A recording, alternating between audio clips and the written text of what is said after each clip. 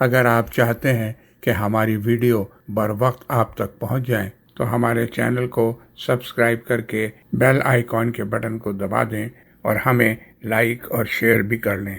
Thank you. اعوذ باللہ من الشیطان الرجیم، بسم اللہ الرحمن الرحیم، رب اشرح لی صدری ویسر لی امری واحلل عقدۃ من لسانی یفقہوا قولی۔ خواتین و حضرات، السلام علیکم۔ میں اس کہتا کہ پچھلے ہفتے تو نہیں، 2 ہفتے پہلے جب ہم گفتگو کر رہے تھے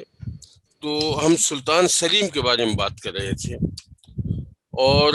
میں ایک نظر، اگر میرے ساتھ مشکل یہ ہے کہ میں جب اسے شیئر کرتا ہوں تو میرے سارے کنٹرولز میرے ہاتھ سے نکل جاتے ہیں، لیکن پھر بھی میں اسے اس اسکرین کو شیئر کر کے ایک دفعہ اس کا سیکوینس جو ہے وہ اب تک پہنچانے کی کوشش کرتا ہوں۔ تو یہ اگر اسکرین آپ کے سامنے ہے تو یہ دیکھ لیجئے کہ ہم نے سلطنت عثمانیہ ایک بات شروع کی تھی، سلیمان خان ارطغرل، اور اس کے بعد عثمان خان جو ہیں یہاں سے ابتدا ہوئی تھی، اس کا بیٹا اور خان، پھر اس کا بیٹا مراد کا بیٹا بایزید جلدرم، یہ وہ بادشاہ تھا جس کو تیمور کے ہاتھوں شکست اٹھانا پڑی، اور پھر اس کے بعد خانہ جنگی کیفیت رہی اس کے بیٹوں کے درمیان،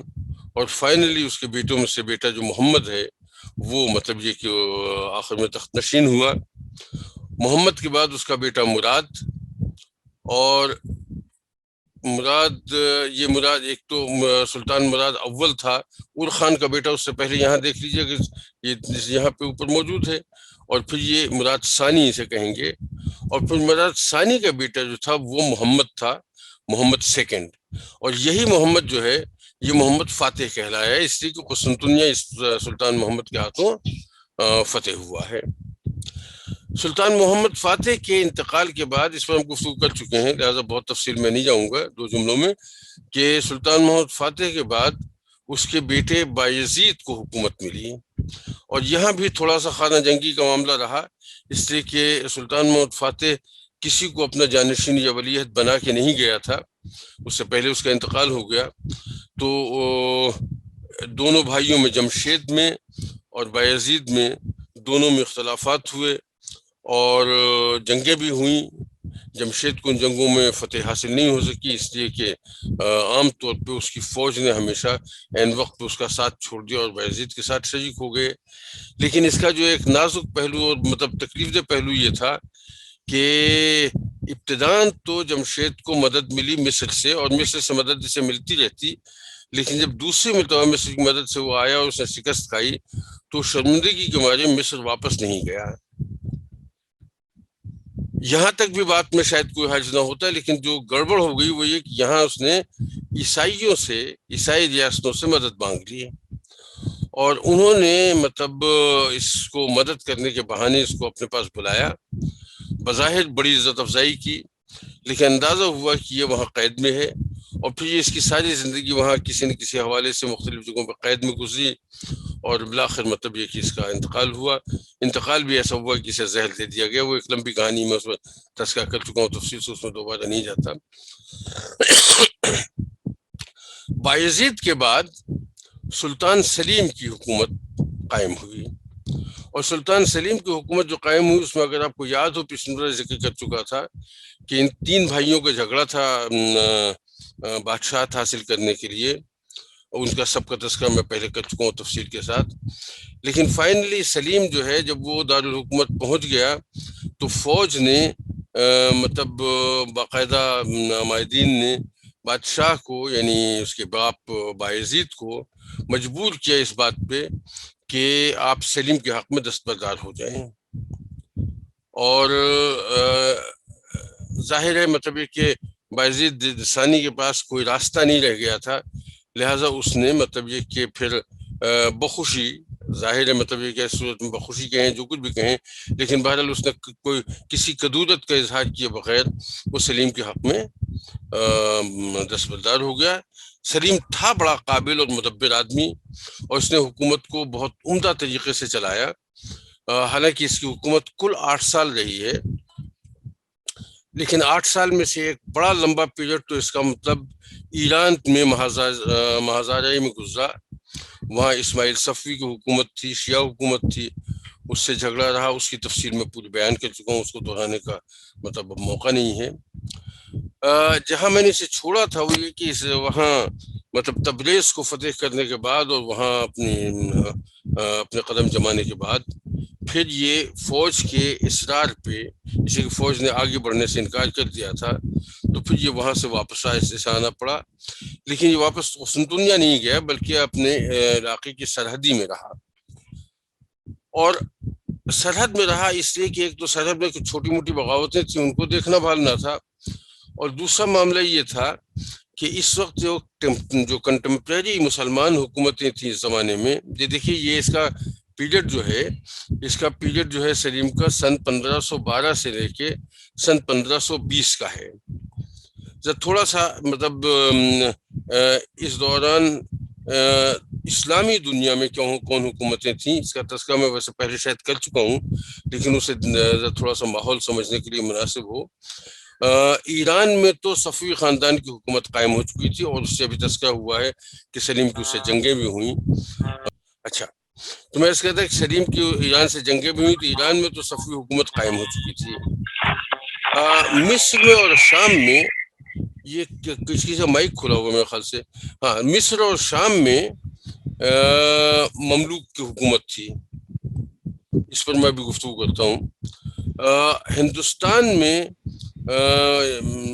کیا کہتے ہیں، ہندوستان میں جو حکومت تھی وہ لودھی خاندان کی تھی، لیکن اسی کے پیریڈ کے دوران، یعنی یہ بات ہم کر رہے ہیں نہیں اس کے پیریڈ میں نہیں، اس کے بعد تو لودھی خاندان کی حکومت تھی، اور سن 1520 میں اس کا انتقال ہوا ہے سلیم کا، اور یہ خیال ہے کہ سن 1526 میں بابر نے ہندوستان پہ حملہ کیا، تو مغل امپائر یعنی سیدہ سلیم کے بعد آئی ہے، ٹھیک ہے۔ تو یہ سمجھ لیں کہ ہندوستان میں لودھی خاندان کی حکومت تھی، ایران میں صفوی خاندان کی حکومت تھی، اور جب میں ایران کہہ رہا ہوں تو صرف ایران نہیں ہے، اس میں ایران، افغانستان اور سینٹرل ایشیا کا بڑا علاقہ شامل ہے۔ مملوک کی حکومت جو ہے وہ شام میں اور مصر میں ہے، اور مکہ اور مدینہ جو ہیں وہ بھی انہی کے پاس ہیں، اور یہاں مطلب ترکی میں مطلب یورپی حصوں میں بھی اور ایشیائی کوچک کے حصوں میں بھی یہ عثمانی سلطنت قائم ہے۔ تو یہ اس وقت اسلامی حکومتیں جو تھی ان کا ایک طرح سے وہ تھا۔ باقی یورپ کے باقی حصوں پہ عیسائی حکومتیں قائم تھیں، اور چائنا میں مطلب ظاہر چائنا میں منگولس کی حکومت تھی، تاتاجی اور منگولی وہاں تھے، لیکن وہ ہمارے سبجیکٹ سے باہر کی بات ہے، اس لیے کہ چائنا سے ان کا کوئی براہ راست کبھی کوئی کلیش رہا نہیں عثمانیوں کا، لہذا اس کو ہم ڈسکس نہیں کر رہے ہیں۔ ہندوستان سے بھی کوئی کلیش نہیں رہا، لیکن یہ کہ ہندوستان سے بہرحال چونکہ کنٹمپریری مسلم حکومت تھی اس لیے اس کا ذکر سامنے آ گیا ہے۔ عیسائیوں سے کلیش رہا ہے، لہٰذا وہ ذکر ضروری ہے، اور یہاں پہ اس وقت جب ہم مملوک کی بات کر رہے ہیں تو مملوک کا معاملہ یہ ہوا کہ مملوک نے عثمانی سلطنت سے جنگ کی، جمشید کی حمایت میں، یعنی اس کے چچا کی حمایت میں، اس کے باپ کے خلاف جنگ کی تھی۔ اس وقت سے ان کے مملوک سے تعلقات خراب ہو گئے تھے، اور سلیم کو بھی بنیادی طور پہ وہ اس کے سرحدی علاقے میں رکنے کی ایک بڑی وجہ یہ تھی کہ وہ مملوکوں سے بھی مطلب ایک طرح سے انتقام لینا کہہ لیجیے، یا بہرحال دو ہاتھ کرنا چاہتا تھا، یہ اس کی خواہش تھی۔ مملوک جو ہیں وہ اگر آپ کو یاد ہو تو ہم نے جس وقت بات کی تھی، جب کنٹمپریری گورنمنٹس کی بات کر رہے تھے عباسی سلطنت کے زمانے میں، تو اس وقت بات ہوئی تھی کہ سلطان صلاح الدین ایوبی کے بعد ایوبی خاندان کی حکومت کچھ عرصے رہی، اور پھر ایوبی خاندان کی حکومت سے وہ حکومت جو مملوک خاندان میں ٹرانسفر ہو گئی۔ اچھا، مملوک خاندان جو تھا، اسے میں خاندان کہہ رہا ہوں، حالانکہ اسے خاندان ایز سچ نہیں کہنا چاہیے، یہ خاندان غلامہ تھا۔ یہ ترکمانستان کے آس پاس کے علاقوں سے لوگ جو ہیں یہاں غلام بنا کے لائے گئے مصر میں، اور یہ بڑے جنگجو لوگ تھے۔ ایوبی خاندان کے زمانے میں ان کی باقاعدہ ان کو فوج میں داخل کیا گیا، اور ان کی ایک بڑی اچھی عمدہ فوج تیار کی گئی، بڑی بہادر فوج تھی، بہادر قوم بھی تھی، بہادر فوج بھی تھی، اور اس نے مطلب یہ کہ ایوبی خاندان کا خاصا دفاع بھی کیا، لیکن الٹیمیٹلی جب ایوبی خاندان بالکل مطلب کمزور ہو گیا اور اس کے ہاتھ سے حکومت گئی، تو پھر یہ مملوک نے حکومت کو سنبھال لیا۔ ان کا طریقہ کار یہ تھا کہ چونکہ خاندان کی حکومت سچ نہیں تھی، تو ان کا طریقہ کار یہ تھا کہ ان کے جو بڑے لوگ تھے، 24 سردار ان کے مختلف قبیلوں کے، مختلف علاقوں کے، ان کی ایک کونسل قائم تھی، اسے ایک طرح سے جرگہ سمجھ لیجیے ان کے، اور وہ جو تھے وہ اس بات کا فیصلہ کرتے تھے کہ کون ہمارا حکمران ہوگا، اور وہ جب فیصلہ کر لیتے تھے ایک مرتبہ، تو پھر اس کے بعد وہ فیصلہ سب کو ماننا پڑتا تھا، اور بنیادی طور پہ یہ اتحاد جو ہے وہی ان کی حکومت کے قیام کی کا ضامن تھا۔ مشکل کچھ یہ ہو گئی، یہ کافی لمبا یہ پیریڈ ہے مملوک خاندان کا۔ ہندوستان میں ہم آئیں گے تو ہم خاندان غلامہ کا تذکرہ پڑھیں گے۔ یہ مملوک کے معنی بھی غلامی کے ہیں، تو یہ وہاں کا خاندان غلامہ تھا جو مصر اور شام میں جس کی حکومت قائم رہی۔ یہ بنیادی طور پہ نہایت بہادر، جلی، بڑے اچھے مسلمان تھے، لیکن ظاہر ہے کافی ایسے کہ حکومت کے بعد جیسے ہر حکومت میں ہوتا ہے کہ کچھ معاملات جو ہیں بگڑنے لگتے ہیں، اور کچھ ایسی صورت ہو گئی تھی کہ وہ 24 لوگ جو ہیں جو حکومت کا، جو سردار کا انتخاب کرتے تھے، طریقہ کار تو وہی تھا، لیکن یہ کہ اس میں سے اب تھوڑا سا یہ ہو گیا تھا کہ جن لوگوں کو اختلاف ہوتا تھا وہ بالکل 100% مطلب ایک طرح سے جیسے مذہبی طور پہ اطاعت ہوتی ہے، وہ مطلب یہ کہ اس طرح سے نہیں رہے تھے، بلکہ دل میں رنجشیں پیدا ہونا شروع ہو گئی تھیں۔ ان اینی کیس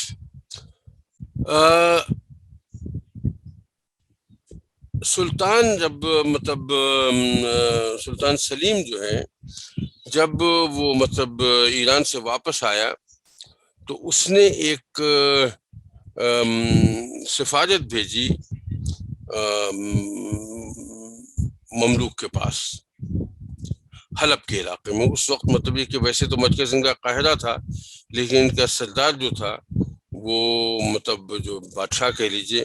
وہ حلب میں مقیم تھا، تو حلب میں اس کے پاس ایک سفارت بھیجی اور اس میں مطلب یہ کہ ان سے اطاعت کا مطالبہ کیا۔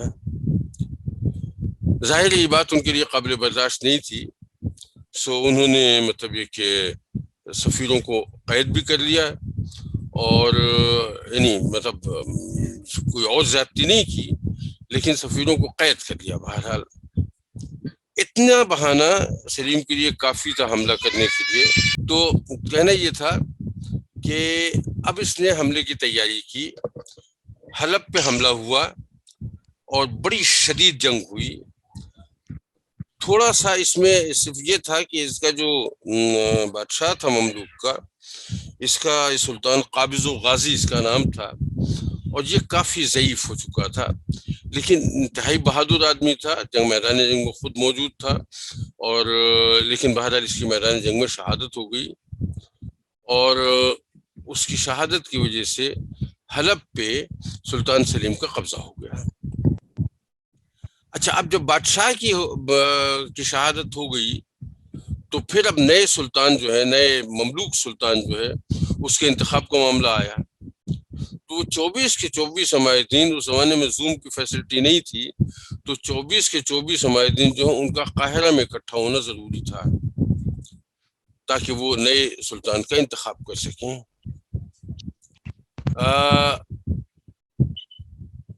وہ جب مصر میں اکٹھا ہوئے جا کے قاہرہ میں، تو اس وقت جو مطلب شام کا علاقہ تھا، حلب پہ تو قبضہ ہو ہی چکا تھا، شام کا علاقہ جو تھا وہ خالی ہو گیا سلطانوں سے. تو اس دوران میں، جس دوران ان کی بادشاہت کا فیصلہ ہو رہا تھا، اس دوران سلطان سلیم نے شام پہ بھی قبضہ کر لیا. تو اب اس طرح سے یہ ہو گیا کہ مملوک کے پاس سے شام اور حلب کا علاقہ جو ہے وہ نکل گیا. اب ان کی حکومت جو ہے بنیادی طور پہ صرف مصر پہ رہ گئی. اور پھر یہاں سے مطلب سلطان نے پھر اپنی فوجوں کو قاہرہ کی طرف بڑھانا شروع کیا. نئے سلطان کا انتخاب جو ہوا وہ ہوا تومان بے کا. اچھا، اس میں اگر آپ دیکھیں گے تو اس میں آپ کو تومان بے، خیری بے، قتلو بے، غازی بے، اس قسم کے بہت سے بے کہتے ہیں. ان کے یہاں اس زمانے میں بے جو ہے وہ سردار کے معنوں میں تھا. تو تومان بے مطلب سردار تومان اس کے نام سے. یہ جو جنگ ہوئی ہے اس کے بعد حلب والی، یہ خیال رہے کہ یہ جو جنگ خالدان میں ہوئی تھی ان سے، صفوی خاندان سے، اور پھر وہاں فتح کے بعد پھر تبریز وغیرہ فتح کیا تھا، تو خالدان کی جو فیصلہ کن جنگ تھی اس کے بعد، اس کے 2 سال بعد یہ حلب پہ جنگ ہوئی ہے. اور اب اس میں تھوڑا سا ایک بات کی ذہن میں رکھیے کہ 2 مسلمان طاقتیں جو ہیں وہ جنگ کر رہی ہیں.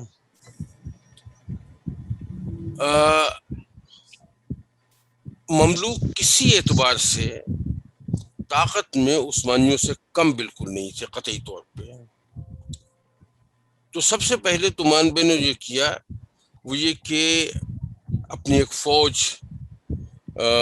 غزہ بھیجی، اور غالباً غزہ وہی ہے فلسطین کا علاقہ، وہاں بھیجی، اور وہاں پہ پہلی جنگ ہوئی عثمانیوں سے ان کی. خیری بے جو غزالی بے، ان کا جو سردار تھا وہ اس میدان جنگ میں تھا. اس نے فوج کو لیڈ کیا. بڑی شدید جنگ ہوئی، لیکن بہرحال مطلب یہ کہ ان کو شکست ہوئی مملوکوں کو. اور غزالی بھی پھر قاہرہ واپس آ گیا، پھر وہاں جا کے معاملہ ہوا. ایک چیز خاص طور سے ذہن میں رکھیے کہ مملوک نہایت بہادر، نہایت کھلے دل کے،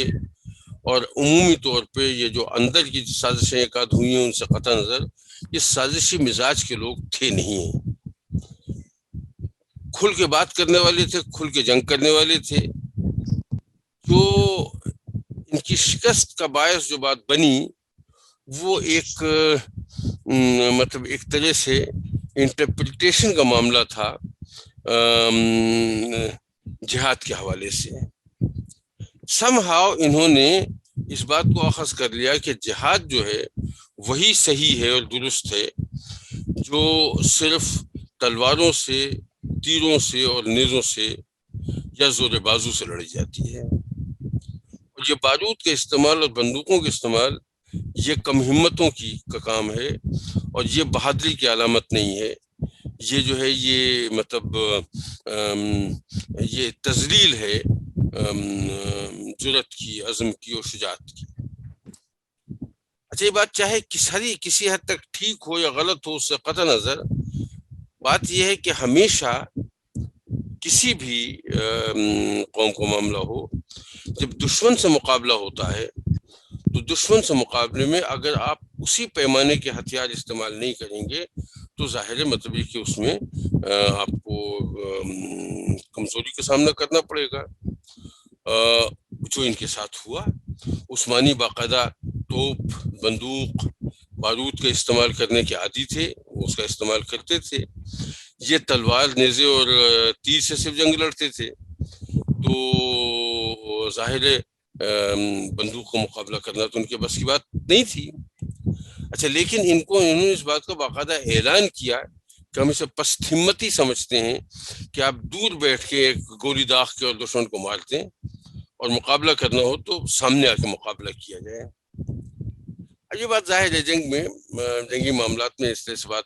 کہہ دینا اپنی جگہ، لیکن بہت قابل نہیں. لیکن دیکھیے اندازہ لگائیے اس بات کا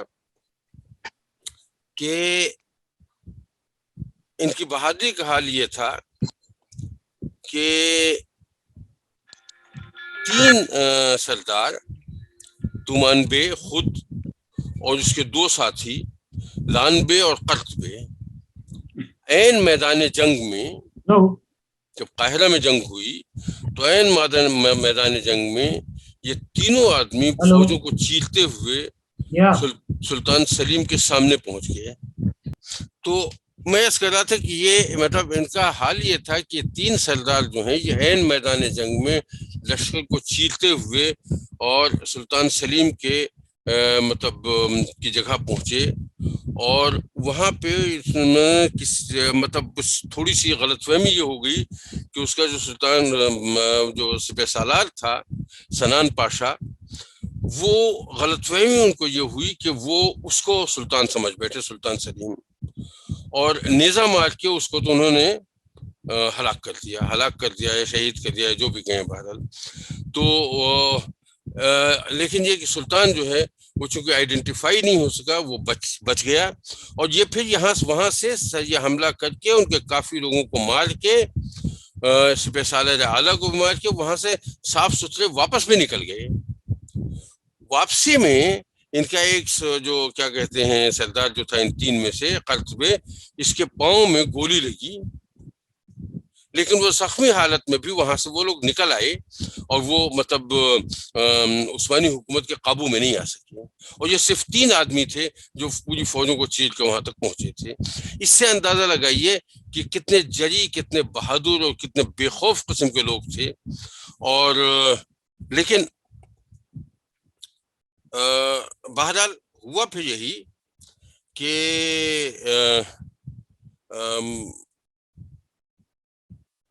بندوق اور توپ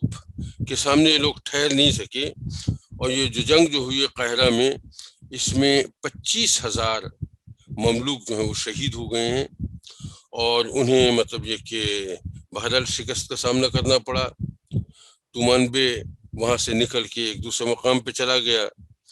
اور عثمانی فوج کا قاہرہ پہ قبضہ ہو گیا. اچھا، لیکن یہ کہ کچھ عرصے بعد اس نے فوج اکٹھا کر کے دوبارہ حملہ کیا، اور قاہرہ پہ اس نے دوبارہ قبضہ کر لیا،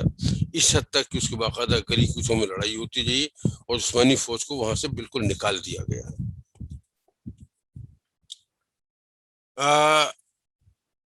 اب یہاں تھوڑا سا جو بات میں نے شروع میں کہی تھی کہ وہ جو کمزوری کے آثار جو نظر آتے ہیں 2 سردار مملوکوں کے، ایک کا نام تھا خیلی بے اور دوسرے کا نام تھا غزالی بے. بے میں نے عرض کیا کہ بے ان کے یہاں سردار کا ہم معنی لفظ تھا. تو خیلی اور غزالی یہ 2 جو تھے، یہ غزالی وہی تھے جو غزہ کی جنگ میں مملوک کی طرف سے عثمانیوں سے لڑے تھے. یہ دونوں تومان بے کے انتخاب پر مطمئن نہیں تھے. یعنی وہ 24 کی کونسل نے جب تومان بے کا انتخاب کیا اپنے بادشاہ کے طور پہ، تو خیری بے اور غزالی بے کو اس پر ریزرویشنز تھیں، لیکن ظاہر یہ 24 میں سے کل 2 تھے تو انتخاب تو ہو گیا، لیکن دلوں میں ان کے قد رہ گئی. تو اب جب صورتحال ایسی ہوئی کہ مطلب یہ دیکھا کہ عثمانی بادشاہ کا پلڑا بھاری پڑ رہا ہے، تو یہ دونوں جو ہیں خاموشی سے جا کے عثمانی بادشاہ کے ساتھ مل گئے، اور مملوک کی جو شکست ہوئی بنیادی طور پہ وہ اس غداری کے باعث ہوئی. شاید ویسے بھی ہو جاتی، اس سے کہ وہ ہتھیار کے استعمال کی جو ایک طرح سے کمی تھی ان کے پاس، وہ اپنی جگہ بہت بڑی کمزوری تھی، لیکن یہ کہ جو ان کے جنگی راز تھے، جو ان کی جنگی چالیں تھیں، یہ دونوں سردار اس سے اچھی طرح سے واقف تھے. پھر اس کے ساتھ انہوں نے یہی نہیں کیا کہ صرف غداری کر کے اس کے ساتھ شریک ہو گئے. جب قاہرہ کے گلی کوچوں میں جنگ ہو رہی تھی تو اس وقت انہوں نے مشورہ دیا سلطان سلیم کو کہ آپ اعلان کر دیجئے کہ مملوک یہاں جو موجود ہیں قاہرہ میں، یہ اب ہم سے جنگ نہیں کر سکتے، الٹیمیٹلی ہم انہیں فتح کر لیں گے۔ تو آپ میں سے جو سردار جو ہیں وہ ہتھیار ڈال دیں گے، ان کو ان سے کچھ تعارض نہیں کیا جائے گا۔ جنگ کی صورتحال نظر آ رہی تھی سب کو، تو 800 مملوک سرداروں نے ہتھیار ڈال دیے اور قاہرہ پہ عثمانی فوجوں کو قبضہ ہو گیا۔ تکلیف دہ بات یہ ہے کہ اسی خیری بے کے مشورے پہ سلطان سلیم سے اس نے خلاف ورزی کروائی، اور وہ 800 کے 800 سردار جو ہیں ان کو قتل کر دیا گیا۔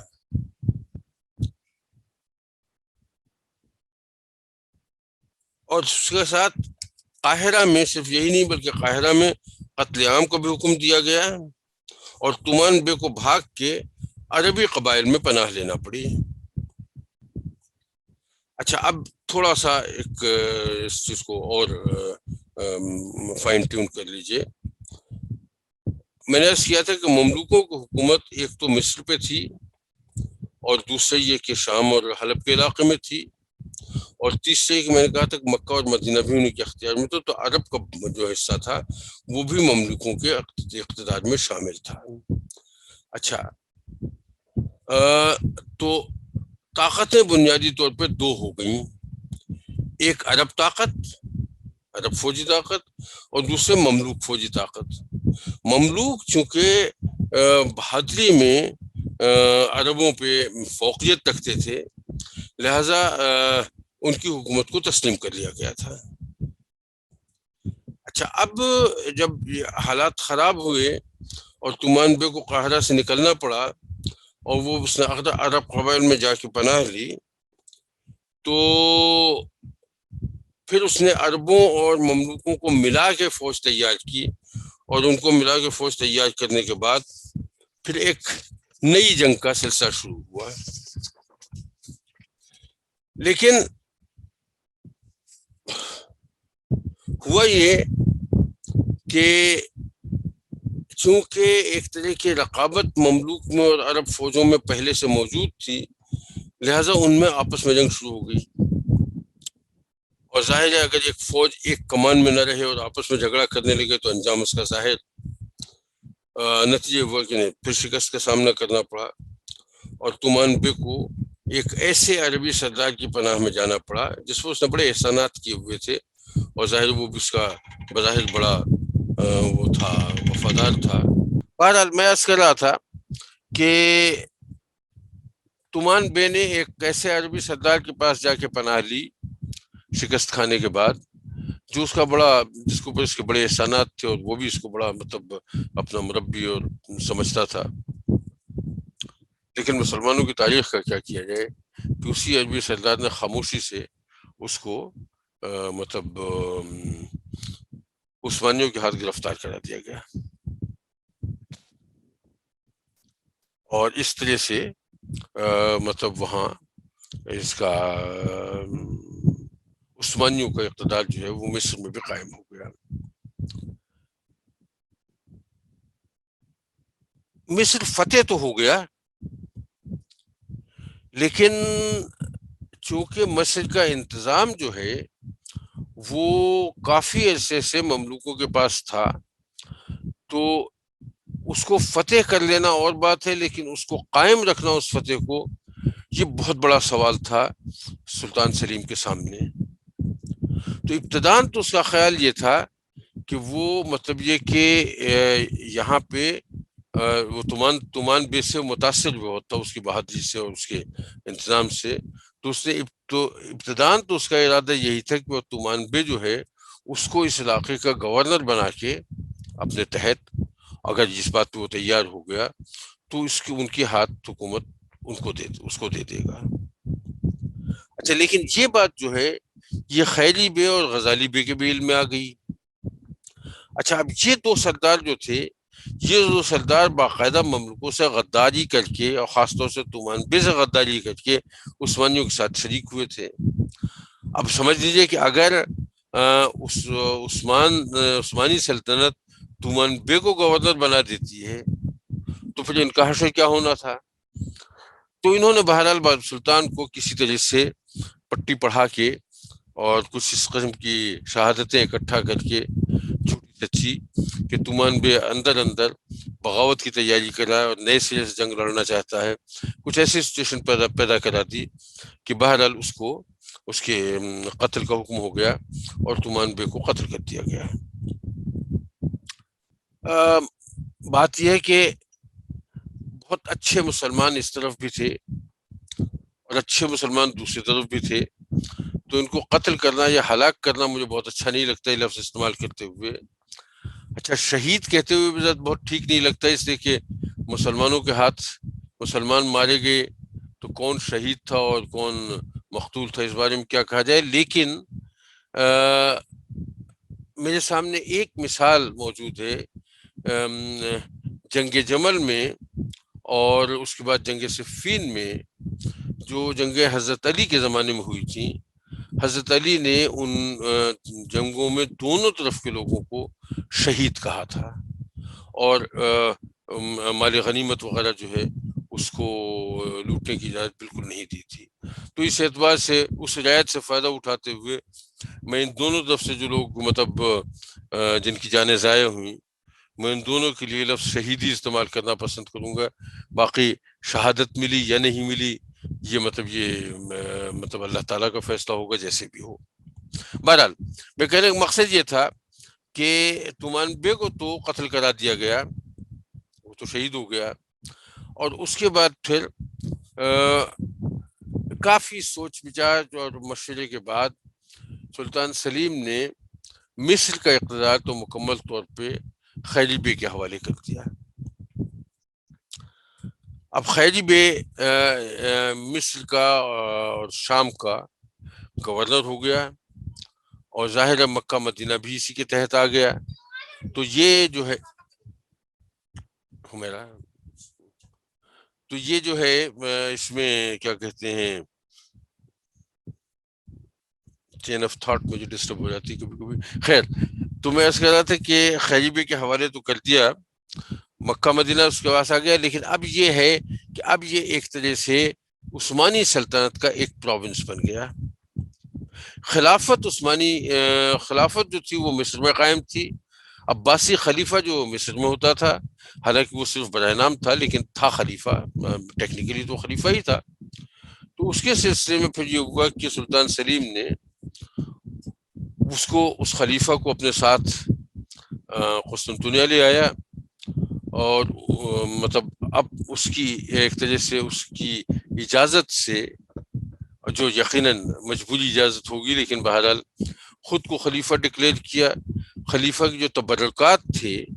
اور تبرکات بھی کیا تھے کہ ان کے پاس ایک علم تھا،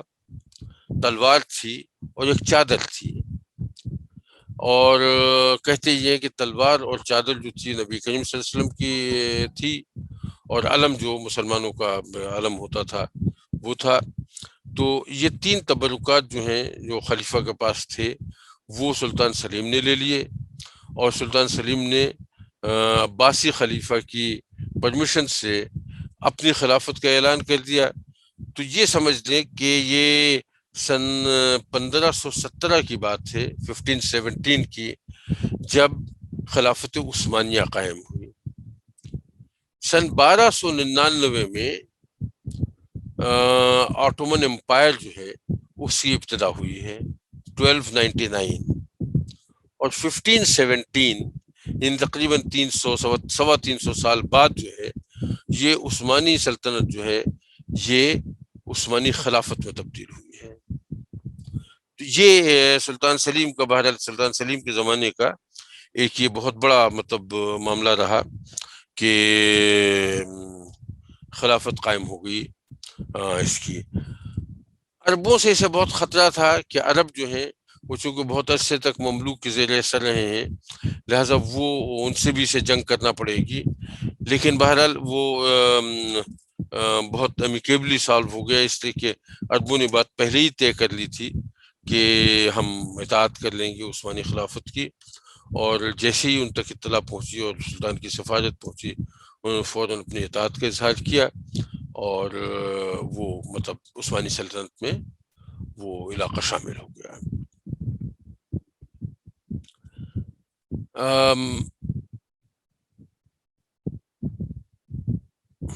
چلیے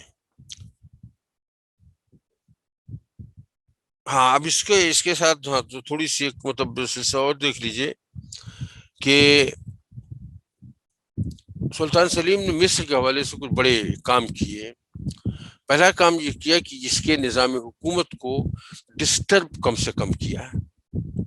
خیری بے کی حکومت دے دی، گورنرشپ دے دی، تو گورنرشپ جو ہے مملوک کے پاس ہی رہی۔ گورنر کے انتخاب کا طریقہ بھی وہی رہا جو پہلے تھا۔ پہلے وہ مملوک بادشاہ کو چننے کا طریقہ تھا، اب یہ مملوک گورنر کے چننے کا طریقہ۔ وہی 24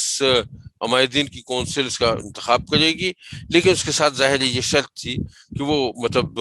عثمانی بادشاہ جو ہے اس سے اس کی اپروول لی جائے گی، اور ظاہر مطلب یہ تو ہونا ہی تھا۔ پھر یہ کیا کہ جتنے مطلب دینی معاملات تھے، قاضی القاضات کا عہدہ، مفتی اعظم کا عہدہ اور مذہبی عہدے جتنے تھے وہ سارے عربوں کو دیے، اور جو مالیات کا شعبہ تھا جس میں مالیات کی وصولی، خراج وغیرہ کی وصولی وغیرہ، ان کا حساب کتاب، یہ مصر کے قبطیوں اور یہودیوں کے حوالے کیا گیا۔ تو مال کے اعتبار سے ہمیشہ سے یہ ماشاءاللہ ایسے سمجھے جاتے رہے ہیں۔ حرمین شریفین کا انتظام میں نے عرض کر دیا کہ وہ انتظام کے لیے اس نے انہی کو، جو شریف مکہ تھے انہی کو وہاں قائم رکھا، انہی کے پاس کنٹرول رہا، سوائے اس کے کہ وہ اس کے مطیع ہو گئے۔ تو اس اعتبار سے مطلب اب مصر اور شام اور آپ کا جو ترکی کا علاقہ تھا وہ سارا کا سارا عباسی سلطنت کے تحت آ گیا۔ قسطنطنیہ واپسی ہوئی۔ قسطنطنیہ واپسی کے بعد ایک کام تو یہ ہوا کہ اس نے اسپین سے ایک مطلب امن کا معاہدہ کیا۔ یہ خیال ہے کہ اس وقت اسپین جو ہے وہ بڑی طاقت ہو چکا تھا، اس لیے کہ مسلمانوں کو وہاں سے نکالا جا چکا تھا، اور یہ چونکہ زیادہ الجھا رہا ہے ان علاقوں میں، ایران میں اور مصر میں، اس لیے یہاں اتنی تیاری نہیں تھی، لہذا اور اب اس کی توجہ چونکہ یورپ کی طرف ہونے والی تھی، لہذا ایک بڑی طاقت کو سائڈ پہ کرنے کے لیے اس نے کوشش یہ کی کہ ان سے معاہدہ ہو جائے، اس کا کیا کہتے ہیں، امن کا معاہدہ ہو جائے۔ تو اسپین سے تو امن کا معاہدہ کر دیا۔ دوسری طرف یہ کیا کہ بہت بڑی جنگی تیاری شروع کی۔ اب یہ کسی کو نہیں معلوم کہ وہ جنگ کس سے کرنا چاہتا ہے اور کہاں حملہ کرنا چاہتا ہے، لیکن بڑے بڑے بحری جہاز، بڑی فوجیں، بڑے بارود اکٹھا کیا گیا، خوب توپیں بنوائی گئیں، بندوقیں بنوائی گئیں، اور کسی کو یہ ہوا نہیں لگنے دی کہ حملے کا ارادہ کہاں ہے۔ لیکن غالباً اندازہ یہ ہے کہ روڈس آئلینڈ پہ حملے کا ارادہ تھا، اس لیے کہ یہ وہ علاقہ تھا جو سلطان محمد فاتح نے جہاں جانے کا ارادہ کیا تھا اور وہ جا نہیں پایا تھا اپنی موت کی وجہ سے۔ تو گمان یہ ہے کہ یہ یورپ کے اس علاقے پہ حملہ کرنا چاہتا تھا، لیکن اس سے پہلے ہی مطلب اس کو ایک پھوڑا نکلا اس کی ران میں، اور اس میں اس کا انتقال ہو گیا۔ تو یہ رین اس کا زمانہ جو ہے سلطان سلیم کا زمانہ ختم ہوا۔ سلطان سلیم کا زمانہ جیسا میں نے عرض کیا کل 8 سال کا زمانہ ہے۔ 3 اس کے بڑے محاذ رہے ہیں، ایک ایران اور دوسرا مملوک مصر کہہ لیجئے، اور تیسرا یورپ، جس میں بہت زیادہ یورپ کی طرف اس کا رجحان نہیں رہا، لیکن یہ کہ بہرحال مطلب یہ کہ وہ تو ایک متحارب قوت تھی ہی، اور وہ مطلب یہ کہ اس سے ایک سلسلہ مستقل چل رہا تھا۔ تو یہ سلسلہ یہاں پہ جا کے سلطان سلیم کا ختم ہوا۔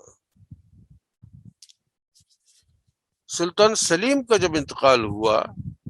تو اس کے بعد اس کا بیٹا جو ہے سلیمان، وہ جو ہے وہ جانشین اس کا مقرر ہوگا. جس وقت اس کی جانشینی ہوئی ہے تو سلیمان کی عمر کل 18 سال کی تھی. لیکن وہ سلیم کے زمانے ہی میں، کیونکہ سلیم تو جنگوں میں الجھا رہا، لہذا سلیمان کو اس نے اپنے جو علاقہ تھا، جو مرکز تھا، اس کا چارج اس نے سلیمان کو دے رکھا تھا. مختلف علاقوں کا اس نے انتظام سنبھالا تھا. اور یہ اس وقت ہی اس نے بات کو ثابت کر دیا تھا کہ عمر سے قطع نظر یہ جو ہے یہ بہت ہی قابل، بڑا مدبر اور بہت ہی مطلب قابل اعتماد شخص ہے. تو اس کی جب جانشینی ہوئی ہے تو اس وقت مطلب یہ کہ خاصا ان لوگوں نے، مطلب مصری فوجوں نے اور مصری لوگوں نے اس بات پہ بڑے اطمینان کا اظہار کیا ہے کہ ہماری اب جو حکومت ہے وہ اس کے پاس ہے، سلیمان کے پاس، جو اس بات کا کمپیٹنٹ ہے. عثمانی سلطنت میں جو پیک کا پیریڈ ہے وہ اس سلیمان کا پیریڈ ہے. سن 1520 میں جب سلطان سلیم کا انتقال ہوا تو اس وقت اس کی جانشینی ہوئی، اور سن 1566 میں جب اس کا انتقال ہوا تو اس کا دور حکومت ختم ہوا. یہ 46 سال کا پیریڈ ہے، 46 ایئرس، اور یہ ظاہر ہے بہت بڑا پیریڈ ہے کسی بادشاہ کو اپنا وقت گزارنے کے لیے. اور یہ مطلب اس زمانے میں عثمانی سلطنت اپنے ایریا کے حوالے سے بھی، اپنی طاقت کے حوالے سے بھی، اور اپنے مطلب ایک طرح سے روب و داب کے حوالے سے بھی، یہ جو ہے یہ بالکل پیک کا زمانہ رہا ہے. تو اس پر میں گفتگو ضرور کروں گا، لیکن یہ بات ابھی سے ذہن میں رکھ لیجئے کہ سلیمان کے بعد پھر عثمانی سلطنت کا زوال شروع ہو جاتا ہے. اس پر مطلب ظاہر گفتگو ہوگی بعد میں تفصیل سے، لیکن یہ اندازہ لگا لیجئے کہ یہ 1566 کی بات ہے جب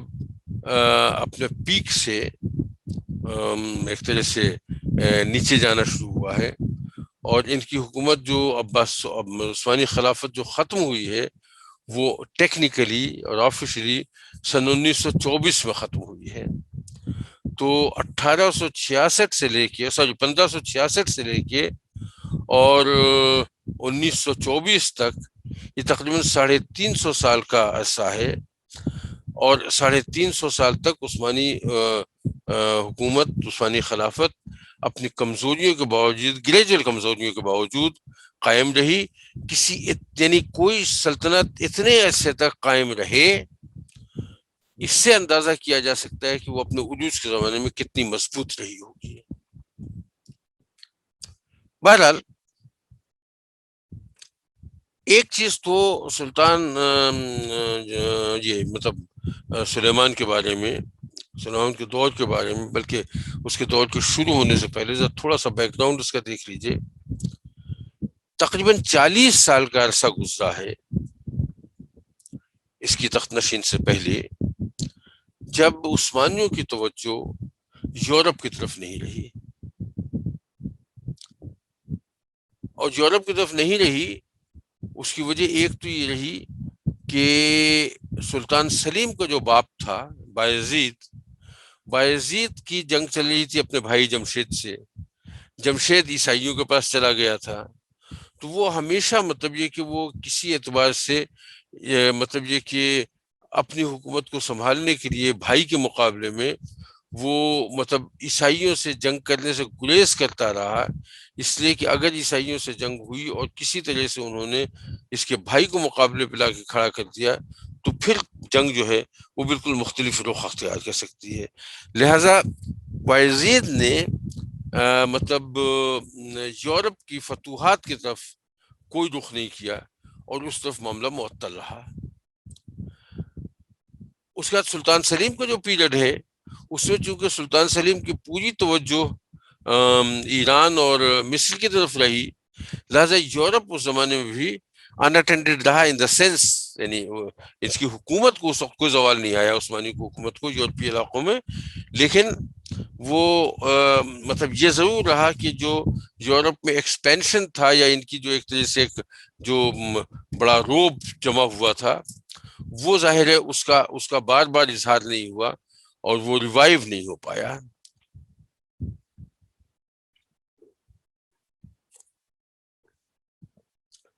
تیسری بات، تھوڑا سا اس سن کو پھر دیکھ لیجئے. اس کا زمانہ ہے سلیمان کا سن 1520 سے لے کے اور سن 1566 تک.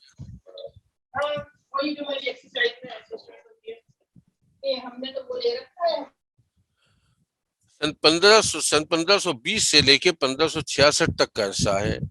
یہ 16ویں صدی ہے اور 16ویں صدی میں اگر آپ کو مطلب تاریخ آپ کے ذہن میں ہو تو یورپ جو ہے وہ پورا کا پورا یورپ جو ہے وہ انگڑائی لے کے کھڑا ہو رہا تھا. باقاعدہ مختلف جگہوں پہ ان کی سلطنتیں قائم ہو رہی تھیں، مضبوط ہو رہی تھیں، سائنسی ترقی کا دور شروع ہو رہا تھا، ان کے یہاں علم و ادب کا چرچا ہو رہا تھا. تو اب یعنی اب صورت یہ نہیں تھی کہ عثمانیوں کو مقابلہ کرنا ہے کسی ایسی قوم سے جو تکنیکی اعتبار سے ان سے بہت کم تر ہے، بلکہ اب صورت یہ حالی ہو گئی تھی کہ یورپ بیدار ہو چکا تھا. اسپین میں حکومت قائم ہو چکی تھی، اسپین سے مسلمانوں کو نکالا جا چکا تھا، لیکن اسپین کا جو بادشاہ تھا چارلس پنجم، چارلس ففتھ، یہ جو ہے یہ اس کی حیثیت جو تھی وہ ایک طرح سے king of Holy Roman Empire جو تھا اس کا سربراہ بھی اسے تسلیم کر لیا تھا. یہ آرچ ڈوک آف آسٹریا بھی تھا اور یہ جو ہے یہ کنگ آف اسپین بھی تھا. اور اس کے صرف کنگ اسپین ہی نہیں بلکہ جرمنی اور آس پاس کے علاقے جو ہے وہ بھی اسی کے تحت آ رہے تھے. تو اس کی بہت بڑی طاقت ہو گئی تھی اس وقت تک. فرانس جو تھا، فرانس بھی کے ساتھ تھوڑی سی مشکل یہ تھی کہ فرانس میں بھی اندرونی جھگڑے ختم ہو گئے تھے. ایک حکومت ان کی قائم ہو چکی تھی اس کے فرانسس کے تحت، لیکن یہ تھا کہ چونکہ اسپین سے اس کی سرحدیں ملی ہوئی تھیں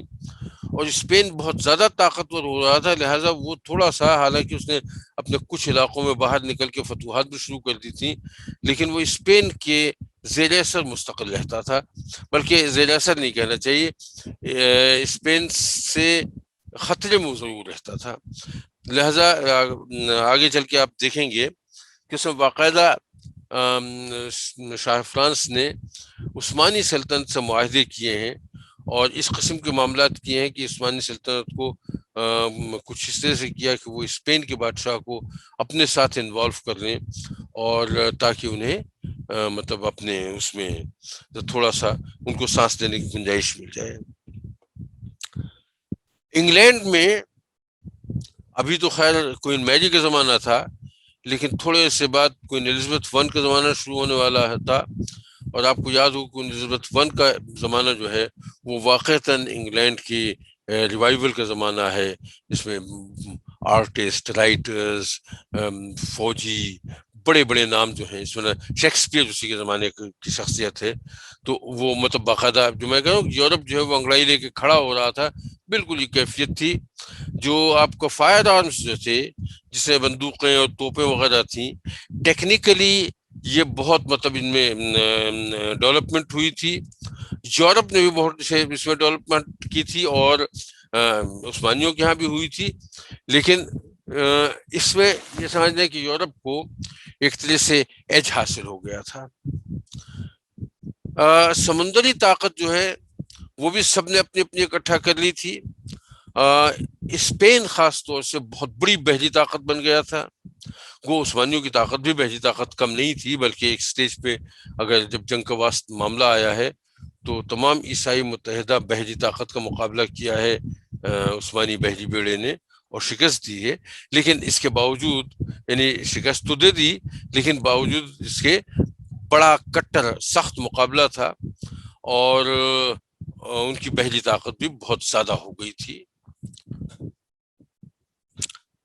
میں شاید بعد میں اس بات کا تذکرہ کرنے کا موقع نہ ملے گا، اس لیے میں ابھی ذکر کر دوں کہ اگر آپ کو یاد ہو کہ دیکھیے میں نے فرانس کا تذکرہ کر دیا کہ خانہ جنگی ختم ہو گئی تھی، میں نے اسپین کا تذکرہ کر دیا کہ ہولی رومن امپائر بھی تھا، وہ جرمنی بھی اسی کے پاس تھا، اسپین بھی اسی کے پاس تھا، پرتگال بھی تھا اسی کے پاس، اور آسٹریلیا بھی اسی کے پاس تھا، تو وہ بہت بڑی حکومت تھی۔ تو آپس میں مطلب یہ ایک یونائٹڈ گورنمنٹ تھی۔ یو کے جو تھا یا انگلینڈ، وہ جو تھا وہ اسکاٹ لینڈ الگ الگ تھے، لیکن دونوں میں انضمام کی باتیں چل رہی تھیں، یہ بھی بڑی طاقت بننے والا تھا، لیکن آپس میں یعنی آپس میں دشمنیاں بھی تھیں۔ اسپین اور انگلینڈ کی مستقل جنگیں چل رہی تھیں، اور اگر آپ کو یاد ہو ایک مطلب ایک بحری بیڑا بڑا مشہور ہوا تھا، آرمیڈا جو ہے وہ اسپین کا بحری بیڑا تھا، اور اس کی جنگ جو ہوئی ہے کوئن الزبتھ ون کے زمانے میں انگلینڈ کی فوجوں سے، انگلینڈ کے بحری بیڑے سے ہوئی ہے، اور آرمیڈا اس میں بہت بڑا بحری بیڑا تھا، کئی 100 جہاز تھے اس میں، اور بڑے بڑے ہیوی جہاز تھے۔ اس کو شکست کھانا پڑی تھی، اور پریکٹیکلی اسپین کی بحری طاقت جو ہے وہ تقریباً ختم ہو گئی تھی، وہ ختم کیا بہرحال بہت ہی کمزور ہو گئی تھی۔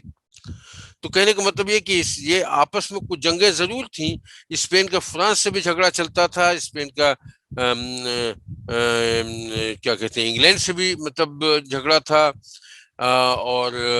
انگلینڈ اور فرانس کے بھی آپس میں جھگڑے تھے، لیکن اپنے اپنے طور پہ یہ تین بڑی سلطنتیں ابھر کے سامنے آ رہی تھی۔ روس چوتھی سلطنت تھی۔ ابھی روس جو ہے باقاعدہ سلطنت طور پہ سامنے نہیں آ پایا تھا، یعنی بڑی اسٹرانگ فورس کے طور پہ، لیکن بہرحال وہ بھی ایک قوت بن رہی تھی، اور زار کی حکومت بھی اسی زمانے میں قائم ہونا شروع ہو گئی، وہی دور ہے جس میں قائم ہوئی تھی۔ تو اس طرح سے یورپ جو ہے now it's a different Europe, اب یہ وہ یورپ نہیں ہے جو اس سے پہلے عثمانیوں کو مقابلہ کرنے کے لیے ملا تھا، اور یہاں پہ اس یورپ کو مقابلہ کرنے کے لیے بہت مضبوط اور بہت مدبر حکمران کی ضرورت تھی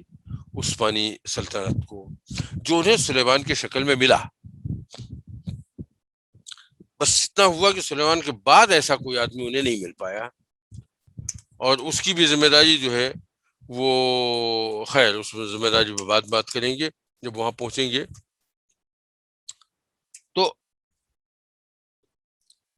اب عثمانی سلطنت سب کے باوجود یورپ پہ بہت زیادہ توجہ پھر بھی نہیں دے سکتی تھی۔ اس کی وجہ یہ تھی کہ پشت پہ مصر اور ایران تھے۔ مصر ان کی حکومت میں شامل ضرور تھا، لیکن چونکہ بہت بڑی طاقت تھا، لہذا انہیں ہمیشہ مستقل یہ رہتا تھا کہ مطلب الرٹ رہنا پڑتا تھا وہاں سے، اور ایران سے تو چونکہ بہرحال مطلب دشمنی تھی ہی،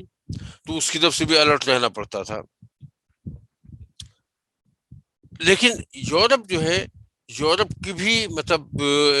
کسی طرح سے اس پر جو ان کا روب قائم تھا اس کو بھی قائم رکھنا تھا۔ ذاتی طور پہ سلیمان جو ہے بہت ہی پاپولر آدمی تھا، اس کے مطلب عدل کا اور انصاف کا مطلب ایک زمانہ بڑا قائل تھا، یعنی مطلب اور یہ عدل و انصاف کی جب میں بات کر رہا ہوں تو ان کے تحت چاہے ہندو ہو مسلمان ہو، ہندو تو خیر نہیں، میں کہاں تک تھا؟